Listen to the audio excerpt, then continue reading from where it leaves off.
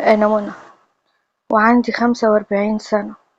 حياتي كانت قاسية قوي وحصلت لي ضربات كتير في حياتي خلتني أدخل في قصص بجد ما كانش عندي أي نية ليها.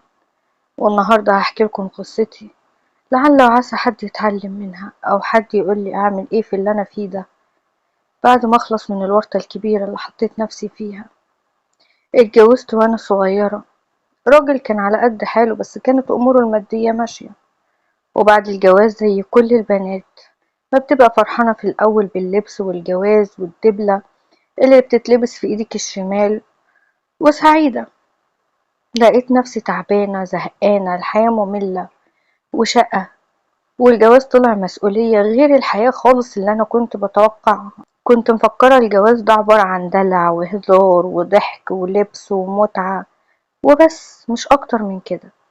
بس اتفاجئت بحاجات كتير ما كنتش عاملة حسابي عليها، وهي المسؤولية والطلبات الراجل وشغل البيت وطلبات البيت وكل ده. ما خلفتش على طول، قعدت مش فاكرة سنتين ولا 3، مش فاكرة بالظبط. بس وقت ما كان عندي 45 سنة كان معايا بنت زي القمر عندها 17 سنة. لما خلفت كل حاجة اتغيرت أكتر من الأول، طول النهار عياط وزن ووجع دماغ، وجوزي يخش البيت مش مستحمل صوت البنت وهي بتعيط. وابتديت حتى الحاجة اللي هي بتفرغ يعني عن الناس الغلابة، والعلاقة اللي بتحصل بين أي واحد ومراته اللي بيفصلوا فيها عن الهموم الدنيا، تبقى قليلة قليلة قوي قوي قوي. طب دي الحاجة الوحيدة اللي بتخلي الست تحس يعني ان هي فرحانة وسط المشاكل والمشاغل والمسؤوليات. بس جوزي أصبح مقصر معايا جدا، وللأسف أنا كنت ست ضعيفة، والموضوع ده كان مؤثر فيا جدا، وده خلاني فريسة سهلة قدام جارنا اللي كان في الرايحة والجاية يعاكس فيا ودايما يكلمني ان جوزي مش مقدر النعمة اللي هو فيها، لان انا بجد كنت جميلة وجمال لا يوصف، حلوة قوي بس فقيرة، والفقر عادمني. وساعتها الشيطان غواني وخلاني اتجاوب معاه اكتر من مرة، وكل مرة طبعا كنت ببقى مظبطة اموري وعاملة حسابي وعارفة مواعيد جوزي وكل حاجة. لكن طبعا مرة من المرات دي معرفش ازاي جوزي جه وطب علينا حاجة ما كانتش على البال ولا على الخاطر، ما كنتش مرتبة لها خالص خالص خالص، ولا كان في دماغي الكلام ده.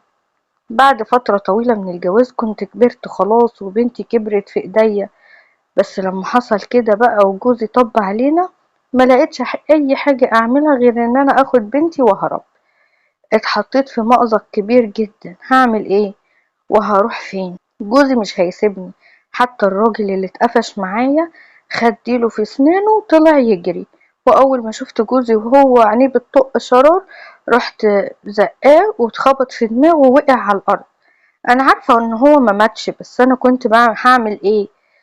خدت بنتي وخدت هدمتين من هدومي وطلعنا نجري، وكانت اخر فلوس معايا في البنك. سافرت على بلد محدش يعرفني فيها، كل ده علشان اهرب من الموقف اللي انا اتحطيت فيه، ورميت كل حاجة ورا ظهري. خفت اروح لاهلي اللي اكيد مش هيسكتوا. عندي 4 اخوات رجالة وكلهم سمعتهم زي البرلنت، ناس غلابة وما حالتهمش غير سمعتهم. علشان كده خفت جدا منهم، وقلت مفيش مفر من ان انا ابعد عن كل الناس. وطبعا دي مشكلة كبيرة جدا، ان انا لما ارمي نفسي في الشارع، ولا اكل ولا شرب ولا لبس ولا بيت ولا 4 حيطان يداروني، طب هنروح فين في بلد غريبة منعرفش فيها اي حد في الدنيا؟ دي كانت بالنسبة لي مشكلة كبيرة جدا، بس اعمل ايه؟ مش هقدر اعمل غير كده. وهربت زي ما بيقولوا من الدار للنار. وساعتها عرفت قيمة البيت وال4 حيطان وراجل يصرف عليكي حتى لو كان ايه. حسيت بقيمة الحاجة اللي انا ضيعتها من ايدي. بس خلاص ما كنتش هقدر اعمل اي حاجة غير ان انا اجرب حظي واعمل اي شيء علشان اكسب منه قرشين علشان البنت اللي معايا دي. في الاول كنت خايفة على البنت قوي، كان كل همي ان انا استر عليها وارحمها من الرمية اللي في الشوارع. اخر فلوس كانت معايا عرفت ان انا اأجر بيها اوضة، بس يعني اوضة مش قد كده، اوضة مفروشة كده ما تعرفش هي سكن طالبات ولا ايه بالظبط. ظروفها دي يدوبك سرير ومفيش حتى دولاب. الدولاب كده متدغدغ ومتكسر ان انت تحط هدومك، وبوتاجاز من الصغير ده وحلتين. المهم قعدت في الأوضة ديت، بس من أول يوم دخلت الأوضة وأنا عمالة أفكر لما دماغي ورمت هعمل ايه، هصرف منين الفلوس اللي معايا دي؟ يا دوبك هو شهر إيجار الأوضة ومش أكتر، مش هتكفي أكل ولا شرب، يعني يا دوبك أدفع بس الفلوس للست دي. هتصرف ازاي وهروح واجي منين؟ ما لقيتش قدامي غير حاجة واحدة بس، هي حاجة ما هياش سهلة على الست، بس أنا عملتها، فكان سهل عليا قوي إن أنا أكررها تاني، بس المرة دي بمقابل، وهي إن أنا أبيع نفسي وأبيع جسمي علشان خاطر أعرف أصرف على بنتي اللي مليش أي مصدر دخل غير اللي أنا هعمله ده. قعدت أدور يمين وشمال وأنزل كل يوم وأرجع البيت وأنا رجليا مش قادرة تشيلني علشان أشوف حتة أقدر فعلا إن أنا أعمل فيها ده، لحد ما لقيت بقى كازونهات وحتت من دي أقدر فعلا إن أنا أدخل فيها واعرف اوقع حد اقضي معاه زي ما اقضي ويحصل زي ما يحصل. المهم ان انا ارجع بيتي ومعايا فلوس، كان ممكن اشحت في الشوارع، كان ممكن اقعد انا وبنتي ونسأل الله، صح، بس انا ما جاش في بالي ولا جه على بالي غير كده، وكل تفكيري ان انا بعت نفسي مرة ما فيهاش حاجة بقى لما اجرب ايه مع اي حد قصاد الفلوس. وفعلا دخلت المكان ده، بس رغم كل اللي انا قلت لكم عليه ده ان انا ما كنتش عارفة اجاري الجو، ما كنتش عارفة أضحك وأهزر زي البنات اللي هناك اللي مش شاغلين بالهم. كنت متأثرة برضو يعني شوية المواقف اللي فيا، ما كنتش عارفة أتساهل كده وأبقى نخشة وبهزر وبضحك، لأ، الموضوع كان صعب عليا. لفت نظر الموضوع ده لواحد كان على طول بيجي، بس أنا كنت أول مرة أشوفه أو تاني مرة تقريبا، ولقيته ساعتها جه وقعد جنبي وفتح كلام معايا وقال لي انا ملاحظ جدا ان انتي مختلفة شوية عن الناس اللي هنا، ورغم ان انتي كبيرة في السن بس انا اول مرة اشوفك. فرديت عليه وقلت له ايه، ليه، هو انت عارف كل الناس اللي بتشتغل كده هنا؟ قال لي يعني تقريبا، باعتبار ان انا على طول بقابل ستات وبحاول ان انا يعني افصل من حياة الشغل بتاعتي واجي هنا ادلع نفسي شوية، وفي اماكن تانية برضو بروحها، فالوش ده غريب عليا، اول مرة اشوفك وهيئتك كده حاسس ان انتي مش من هنا او ملكيش في الجو ده، رغم ان انا كنت بحاول ان انا ابين ان انا مش كده، بس غصبا عني كان باين عليا جدا ان انا مختلفة. فساعتها لقيته بيقول لي انتي ايه قصتك بالظبط؟ حكيت له قصتي من وانا لسه عيلة صغيرة، كنت متأثرة جدا زي ما قلت لكم، وهناك بنشرب حاجات وبنبقى عاملين دماغ، وهو سمعني بطريقة غريبة، سمع قصتي من أولها لآخرها، ولقيته مركز معايا قوي، يعني حتى التفاصيل اللي كانت بتقع مني كان هو بيقول لي ايه حصل هنا، وعملت كده ليه، وخليتي كده ليه، مهتم جدا ومركز معايا زي ما بقول لكم كده، زي الافلام. ولقيته بيقول لي بصي بقى انا هعرض عليكي عرض هيريحك، انت صعبت عليا. فكرت ان هو بيضحك عليا في الاول، قلت له صعبت عليك ازاي يعني؟ قال لي يعني صعبت عليا، انا يا ستي هعمل لك سكن كويس تسكني فيه، وهصرف عليكي الفلوس اللي تكفيكي انت وبنتك، بس ما تجيش هنا تاني، وانا هجيلك في المكان اللي هجيبهولك ده. قلت له انت اكيد بتهزر، يعني مش معقول، يعني عايز تتجوزني؟ انا اصلا ما اتطلقتش، انا هربت من غير ما اتطلق ولا اي حاجة، انا هربت كده وخلاص. راح قايل لي انا ما قلتلكيش ان انا عايزة اتجوزك، انا بقولك ان انا هريحك من الشغل ده كله، وايه انا ذات نفسي هجيلك على طول، حتى لو مش هاجيلك فانا ملتزم ان انا اصرف عليكي، بس لما اجيلك بقى تبقي تفتحيلي بيتك. طبعا ساعتها انا زي الغرقانة، يعني كنت بتعلق بالقشاية. كلامه فرحني، بدل ما هقعد هنا مع كل واحد شوية وكل شوية راجل غير التاني، وكل واحد بقى بدماغه بطلباته، لا، ده انا هبقى في مكان لوحدي. ساعتها حسيت براحة نوعا ما، وطبعا قلت لازم استغل النقطة دي واستغل الراجل ده على قد ما اقدر، ما انا ما عنديش مجال تاني لأي حاجة غير كده وبس.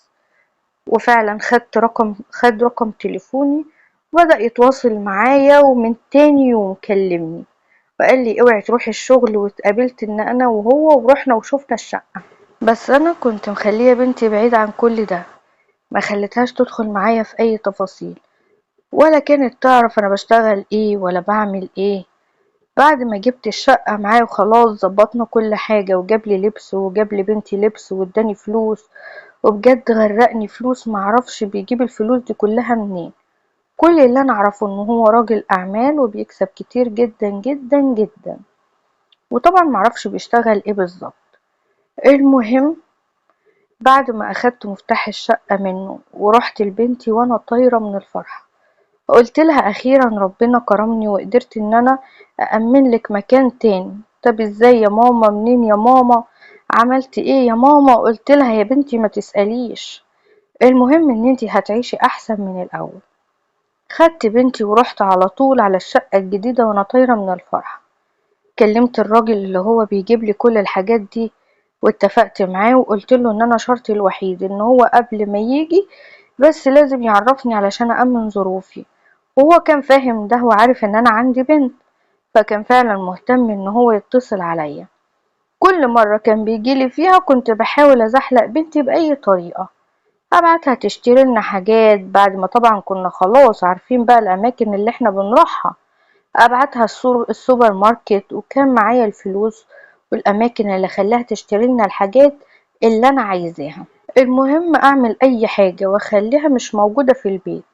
بس اصلا المقابلات دي ما طولتش، لان تقريبا بعد تالت مقابلة اتصل عليا زي ما هو متعود.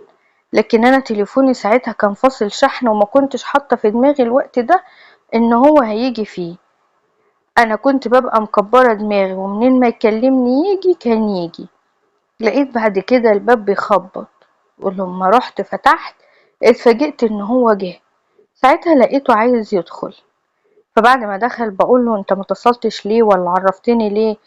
وطبعا غمستله علشان يفهم ان انا بنتي موجودة. لقيته بيقولي ده انا جاي علشان الشغل ومش عارف ايه، وبيتكلم معايا واتصلت عليكي وتليفونك مقفول علشان كده قلت اجيلك. بس ساعتها شاف بنتي اللي ما كانتش تقل عني في الجمال، بالعكس اجمل مني واصفى مني واحلى مني، وبنت زي فلقة القمر. علشان كده مدرياها علشان انا عارفة ايه اللي ممكن يحصل. وشافها واللي حسبته لقيته. بعد ما شاف بنتي كان هيتجنن عليها، وطبعا بالنسبة له أنا أم سهلة، جابني بقرشين وبشقة بيجي يقعد فيها شوية ويمشي، وكان طبعا مرتب إن هو حياته ممكن تبقى أقرب من كده فيما بعد، بعد ما بنتي تتعود أو حاجة. أول ما شافني أول ما شافها طبعا لقيته جاي بيقولي أنا عايز أعمل علاقة مع بنتك، اتصرفي. قلت له لا انت اتجننت، انا قدامك اهو اعمل فيا اللي انت عايزه، انما بنتي لسه بنت بنوت، انا ما عنديش استعداد ان انا ابوظ حياتها، كفايه حياتي انا باظت. قال لي وانت كده حياتك يعني مش مبوظه لها حياتها؟ انت عارفه ان انت امها وانت شغاله ايه؟ قلت له برضو يا عالم ايه اللي هيحصل بعدين، يمكن ربنا يجعل لها هي بختها عني. قال لي لا، بصي بقى يا ستي، انا عايز بنتك ونفسي قوي اجرب واحده لسه يعني ما اتجوزتش ولا عملت حاجه خالص. بجد الكلام ده اللي انا بقوله لكم زي الافلام اللي احنا بنتفرج عليها، في الحقيقه حاجات اغرب كمان من الافلام اللي انا بحكي لكم عليه ده، هو اللي حصل لي. كنت بتفرج عليه بجد في المسلسلات وببقى مستغرباه ان انا دلوقتي عشته وعصرته ولقيت نفسي مش عارفه اعمل ايه وهو بيعرض عليا العرض ده. قال لي بصي ما تسوقيش بقى الشرف عليا. قلت له والله بنتي ملهاش علاقة خالص بالكلام ده. قال لي تمام، بس اكيد انت تقدري تخليها ليها علاقة بالكلام ده، انا عمري ما هعرف اقع على واحدة كده. وبقولك اهو اغلب الناس اللي بتشتغل في الشغل ده بيبقى حاصل لها مشاكل ووقعت في دروب في حياتها، وما بتبقاش واحدة كده كويسة وجات لا، بيبقى حاصل ظروف اللي هي خلاها تروح للطريق ده، وبتحاول ان هي تعدل الدنيا مع نفسها، لا ده حياتها بتبوظ اكتر. فالواحدة كأنها بتعاقب نفسها، يعني زي اللي حصل لي كده بالظبط. قلت له يعني انت عايز ايه؟ قال لي بصي انا هعرض عليكي بقى عرض اكبر من العرض الاولاني. طالما الفلوس بتيجي معاكي سكة، انت طبعا الشقة اللي انت قاعدة فيها دي ايجار، ولو انا ما بقتش موجود انت هتبقي في الشارع. قلت له من عارفة الكلام ده. قال لي طيب يا ستي، انا هشتري لك الشقة بعقد تمليك وباسمك وموثق كمان، وكل حاجة اللي انت عايزاه كله هديهولك، بس خلي لي الشقة ديت بتاعتي، اجي الاقيكم انتوا الاتنين جاهزين لي. وطلب مني ان انا اميل دماغ بنتي باي شكل من الاشكال. قعدت افكر مع نفسي بعد ما قلت له سيب لي يومين ومش عارفه هجيبها لها ازاي، بنتي ما تعرفش اي حاجه عني. والشيطان قعد يقول لي دي فرصه واستغليها. الراجل ده فعلا لو مات ولا جراله اي حاجه انت هتبقي فين؟ هتبقي في الشارع، مش هيبقى في اي حاجه تعمليها ولا اي حته تروحيها. ولو اشتغلت تاني في المكان اللي انا كنت فيه مش هعرف اجيب الايجار والمصاريف اللي انا بجيبها دي، وانا عايزه افضل زي ما انا كده. ومن هنا فكرت ولقيت نفسي وافقت وكلمته في التليفون وقلت له ان انا موافقه، بس الاول تجيب لي عقد الشقه. قال لي لا، انت عارفه ان انا مش هضحك عليكي، وزي ما عملت اللي فات ده هقدر اعمل ده برضه، بس انا مش ضامنك، ممكن بعد ما اشتريها تضحكي عليا. طبعا لو قلتلك هفضحك ولا اعمل فيكي حاجة مش هيشغلك، الشقة هتبقى باسمك وانا محدش يعرفك هنا، يعني علشان تخافي على نفسك ولا حاجة. وهو ما يعرفش عني اي تفاصيل انا من انهي بلد او كده علشان يهددني باي شيء. فقلت له طيب وبعدين؟ قال لي انت بس نفذي وملكيش دعوة في الفترة اللي انا اشتغلت فيها في الحاجات دي. علشان تبقوا عارفين كنت بشرب اي حاجة، مخدرات، برشام ابيض احمر، كل انواع البرشام، واي شيء مكيف يخلي الواحد ما يحسش بنفسه كنت بعملها ساعتها. فكرت في فكرة بالنسبة لي وقتها كانت جهنمية. ابتديت اعود بنتي على الشرب ده. في خلال 3 ايام انادي عليها واقعد معاها وتقول لي ايه ده يا ماما اللي انت بتشربيه، اقول لها دي حاجه هتخلي مزاجك حلو قوي. احط لها برشامه واقول لها اشربي العصير ده مع البرشامه يعني، واقول لها ده هيخلي مزاجك حلو. في خلال اليومين دول خليت بنتي مهيئه تماما ان هي ما هياش حاسه اصلا ولا واعيه. بعدين كلمته في التليفون وقلت له انا مستعده، بس انت هتيجي على اساس ان انت هتقعد معانا قعدة عادية، يعني ما تدخلش تتكلم في شيء. قال لي تمام. قلت له جهز بقى حبة الحاجات وانت جاي. هو فاهم قصدي وهو جاي، يعني جايب معاه كل الحاجات اللي بتتشرب في الحاجات اللي شبه كده. اول ما دخل سلمت عليه وقلت لها اقعدي شوية يا حبيبتي مع الضيف، ودخلت جوه علشان اظبط القعدة والاكل وكل حاجة. طلعت طبعا ولقيتهم قاعدين مية مية. هو عمال يهزر ويضحك وكان بيشرب وقتها حاجات مكيفات، وطبعا بنتي كمان شربت معاه. وقعدنا احنا التلاتة نشرب ونضحك ونهزر، وكان كل همي ان بنتي ما تبقاش حاسة بحاجة وتبقى تايهة، علشان انا ما كنتش عارفة اصلا افتح لها سكة في الكلام ده ازاي. لحد ما حصل اللي حصل وخلاص.